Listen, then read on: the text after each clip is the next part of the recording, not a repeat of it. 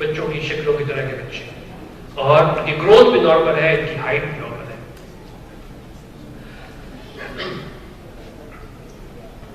اس بیماری کا دوسرا علاج، جس میں اچھا خون لگانے سے کبھی بیماری زندگی بھر کے لیے ختم نہیں ہوتی. جس طرح سے ڈائبٹیز کسی کو ہو تو ایک یہ وے آف لائف ہے کہ اس کو انسولین، چھوٹے بچے کو انسولین لگا کے زندہ رکھنا ہے یا اینٹی ڈائبٹک ڈرگس دینی ہے اس کو. اسی طریقے سے ان بچوں کو بھی خون لگانا ہے، اور خون لگانے کے ساتھ ساتھ آئرن نکالنے کی دوا باقاعدگی کے ساتھ لینی ہے تاکہ ان کی زندگی ایک یہ صحت مند زندگی گزارنے کے قابل ہو سکے. اس کے بعد جو دوسرا علاج تھیلیسیمیا کا اس وقت ہے، دستیاب ہے پاکستان میں بھی، اگرچہ بہت مہنگا ہے، لیکن یہ واحد علاج ہے جس سے یہ بیماری جڑ سے ختم ہو سکتی ہے. اس کو بون میرو ٹرانسپلانٹ کہتے ہیں. مہنگا علاج ہے اور دنیا بھر میں یہ ہر مریض کے لیے دستیاب نہیں ہے،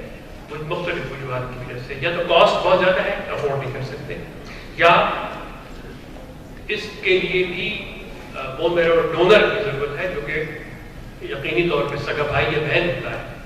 جو کہ HLA آئیڈینٹیکل ٹیشو ٹائپنگ سے بہن ہے. تو جن بچوں کے بہن بھائی نہ ہو یا ہو تو ان میں HLA آئیڈینٹیکل سبلنگ نہ ہو تو پھر یہ بون میرو ٹرانسپلانٹ ان کے لیے بہت مشکل ہو جاتا ہے اور نہیں کیا جا سکتا. اب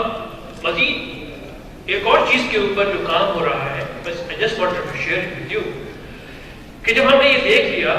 کہ یہ بچے تھیلیسیمیا والے بچے جب ماں کے پیٹ پہ ہوتے ہیں تو ان کی ہیموگلوبن کی مقدار بالکل نارمل ہوتی ہے. جب پیدا ہوتے ہیں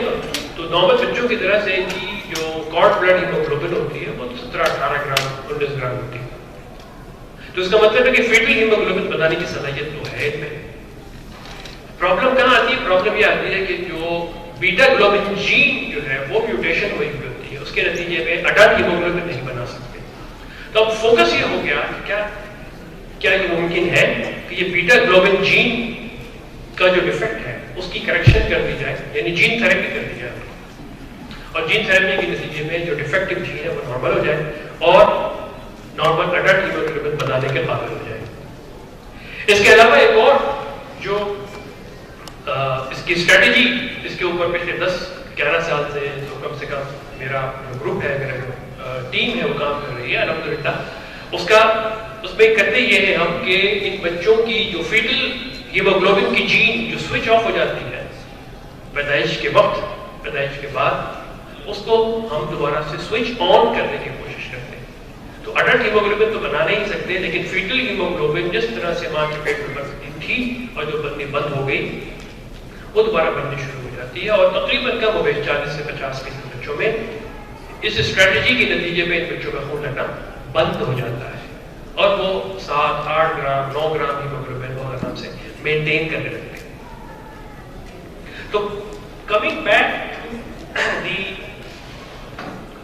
تھیلیسیمیا ان جنرل پریکٹس، تو بنیادی طور پہ یہ بچے جن کو خون لگ رہا ہوتا ہے، بہت کم ایسا ہوتا ہے کہ آپ کے پاس جنرل پریکٹس میں آئیں اپنے کسی بھی ایشو کو لے کے. زیادہ تر یہ وہی سینٹرز میں جو ڈاکٹر موجود ہوتے ہیں جہاں ان کو خون لگ رہا ہوتا ہے، تو ہم کو نزلہ ہوتا ہے تو وہیں جاتے ہیں، کھانسی ہوتی ہے تو وہیں جاتے ہیں، ڈائریا ہوتا ہے تو انہیں کے پاس جاتے ہیں. لیکن اگر خون لگانے کے لیے اگر ایک شہر سے دوسرے شہر جانا پڑ رہا ہو تو پھر جو بھی اپنے معمولات ہوتے ہیں معمولات میں وہ آپ کے پاس آئیں گے. جب آئیں گے تو بنیادی طور پہ ان کی ہیموگلوبن کو ہمیں چیک کرنا ہوتا ہے کہ haemoglobin should not be below 8 grams اور 9 گرامز. اگر آپ کو لگے کہ انیمک ہے تو برائے مہربانی خون کو ایڈوائز کیجیے، اور ساتھ میں یہ ضرور چیک کر لیجیے کہ وہ آئرن کو نکالنے والی دوا جو اب ٹیبلٹس کی شکل میں ہے، انجیکشن بھی نہیں، کسی زمانے میں صرف اور صرف انجیکشن کی شکل میں دستیاب ہوتی تھی، تو وہ دوا وہ باقاعدگی کے ساتھ استعمال کر رہے ہیں یا نہیں کر رہے ہیں، یا کسی نے ان کو بتایا ہی نہیں ہے کہ اس طرح کی کوئی دوا بھی ہوتی ہے. تو اس دوا کا نام تو کئی ٹیبلٹس آ رہی ہیں، تو ایک دوا جس کو ڈی فیرازیروکس کہتے ہیں، دن میں ایک دفعہ شربت بنا کے پینے کی دوا ہوتی ہے، آسانی کے ساتھ استعمال کر لی جاتی ہے. دوسری اہم بات جو میں آپ سے ریکویسٹ کروں گا کہ جو آپ میجر کنٹریبیوشن کر سکتے ہیں تھیلیسیمیا کی پریونشن کے، کہ وہ فیملیز جن کے متعلق آپ کو پتا ہو کہ ان میں تھیلیسیمیا والے بچے پائے جاتے ہیں، تو ان کے ماں باپ جب بھی آپ کے پاس آئے تو ایک سوال جو آپ نے لازمی کرنا ہے وہ خاتون سے کہ بھئی پریگننسی تو نہیں ہے. تیسرے مہینے کی پریگننسی کے دوران ماں کے پیٹ میں جو بچہ ہوتا ہے، فیٹس ہوتا ہے، جو بہت ہی خون کا ٹکڑا ہی ہوتا ہے سر، اس کا ٹیسٹ کر کے یہ پتہ کر دیا جاتا ہے کہ اس کو تھیلیسیمیا میجر تو نہیں ہے اس بچے کو. اگر تھیلیسیمیا میجر ہے تو termination of pregnancy is an option, اور اگر تھیلیسیمیا میجر نہیں ہے، وہ فیٹس نارمل ہے یا تھیلیسیمیا مائنر ہے، تو بڑھیا آرام سے without any problem then they can have a normal healthy child. تو یہ ایک ایسا ایک آپ کا قیمتی وقت میں سے صرف 1 یا 2 سوال تھیلیسیمیا سے متعلق اگر کر لیں اور اس میں ان کو ایڈوائز کر دیں کہ بھائی تھیلیسیمیا سے بچاؤ کس طرح سے ممکن ہے. دوسری چیز جس میں آپ کی مدد کی ضرورت پڑے گی کہ اس وقت تقریباً ہر صوبے میں کہ جو لیجسلیشن بن چکا ہے، قانون بن چکا ہے تھیلیسیمیا پریونشن پروگرام کا، لیکن ابھی امپلیمنٹیشن کا مرحلہ شروع نہیں ہوا. تو بہت ممکن ہے کہ بہت سے ماں باپ، بہت سی فیملیز آپ تک آئیں یہ پوچھنے کے لیے کہ بھائی ہم اپنے بچے کی شادی کر رہے ہیں اور ہمارے خاندان میں تھیلیسیمیا مائنر موجود ہے، تو ہمیں کیا کریں؟ شادی سے پہلے کیا کریں؟ شادی سے پہلے، رشتے طے کرنے سے پہلے اگر ممکن ہو تو تھیلیسیمیا کیریئر کے لیے جو ہیموگلوبن الیکٹروفوریسس ٹیسٹ ہوتا ہے وہ کروا لیا جائے، اور ایسے 2 افراد کی شادی آپس میں نہ کی جائے، پریفریبلی نہ کی جائے کہ جن کو دونوں کو تھیلیسیمیا مائنر ہو، کیونکہ جب بھی 2 افراد کو تھیلیسیمیا مائنر ہوگا، ان کی شادی ہوگی تو ان کی اولاد میں تھیلیسیمیا میجر ہونے کے امکانات ہر پریگننسی میں 25% ممکن ہے. ان کے 4 بچے ہوں، بغیر ٹیسٹ کیے 4 بچے ہو سکتا ہے کہ 4 بیچاروں کو تھیلیسیمیا میجر ہو، ممکن ہے ایک کو بھی نہ ہو، ممکن ہے کسی ایک کو، ممکن ہے کسی 2 کو، کسی بھی کمبینیشن میں ہو سکتا ہے. اور ایک طرح سے احتیاط شادی سے پہلے ٹیسٹ کروا کے پتہ کر دیا جائے اور ایسی شادی کو ڈسکریج کیا جائے. مجھے معلوم ہے کہ یہ بہت ایک مشکل کام ہے ہمارے معاشرے میں کہ جہاں پہ قریب 60% یا شاید اس سے بھی زیادہ شادیاں خاندان میں ہی ہوتی ہیں، فرسٹ کزن یا سیکنڈ کزن میرجز ہوتی ہیں، اور ہم ایک بہت بڑا اپنا جو سوشل فیبرک ہے ہم اس کو توڑنے کی بات کر رہے ہیں. اگر ہم یہ کہیں کہ آپس کی شادیاں یا خاندان میں شادیاں نہ کرو، ہم یہ نہیں کہہ رہے کہ خاندان میں شادیاں نہ کرو، ہم جو بات کہہ رہے ہیں وہ یہ کہہ رہے ہیں کہ آپ کریں فرسٹ کزن شادیاں، لیکن ایسے 2 بچوں کی شادیاں آپس میں نہ کریں جن کو تھیلیسیمیا مائنر ہو. تو ایک اس طرف توجہ دلانے کی مجھے کہ جہاں آپ کا رول ہے. دوسرا وہ بچے جن کو تھیلیسیمیا میجر ہے، وہ فیملیز جن کو تھیلیسیمیا میجر ہے، برائے مہربانی 2 چیزیں بچے کے متعلق یہ کہ اس کو تھیلیسیمیا کے علاج کے سلسلے میں خون ٹائم پہ لگ رہا ہے، اور آئرن نکالنے کی جو دوا ہے وہ بچہ باقاعدگی کے ساتھ استعمال کر رہا ہے. باقاعدگی سے مراد یہ ہے روزانہ کا استعمال. بعض ماں باپ آپ کو کہیں گے کہ ہاں جی ٹیکا لگتا ہے ہمارے بچے کو، کب لگاتے ہو؟ وہ جب خون لگاتے ہیں جبھی لگاتے ہیں، نہیں، ایوری ڈے یہ دوا لینی ہوگی ان کو. تو جب یہ کام 2 آپ تک پہنچ جائے اور آپ نے یہ 2 کام کر لیے، یقین کیجیے آپ کا حق ادا کر دیا اور اپنا فرض پورا کر دیا. میں یہیں پر اپنی گفتگو کا اختتام کرتا ہوں. بہت بہت شکریہ.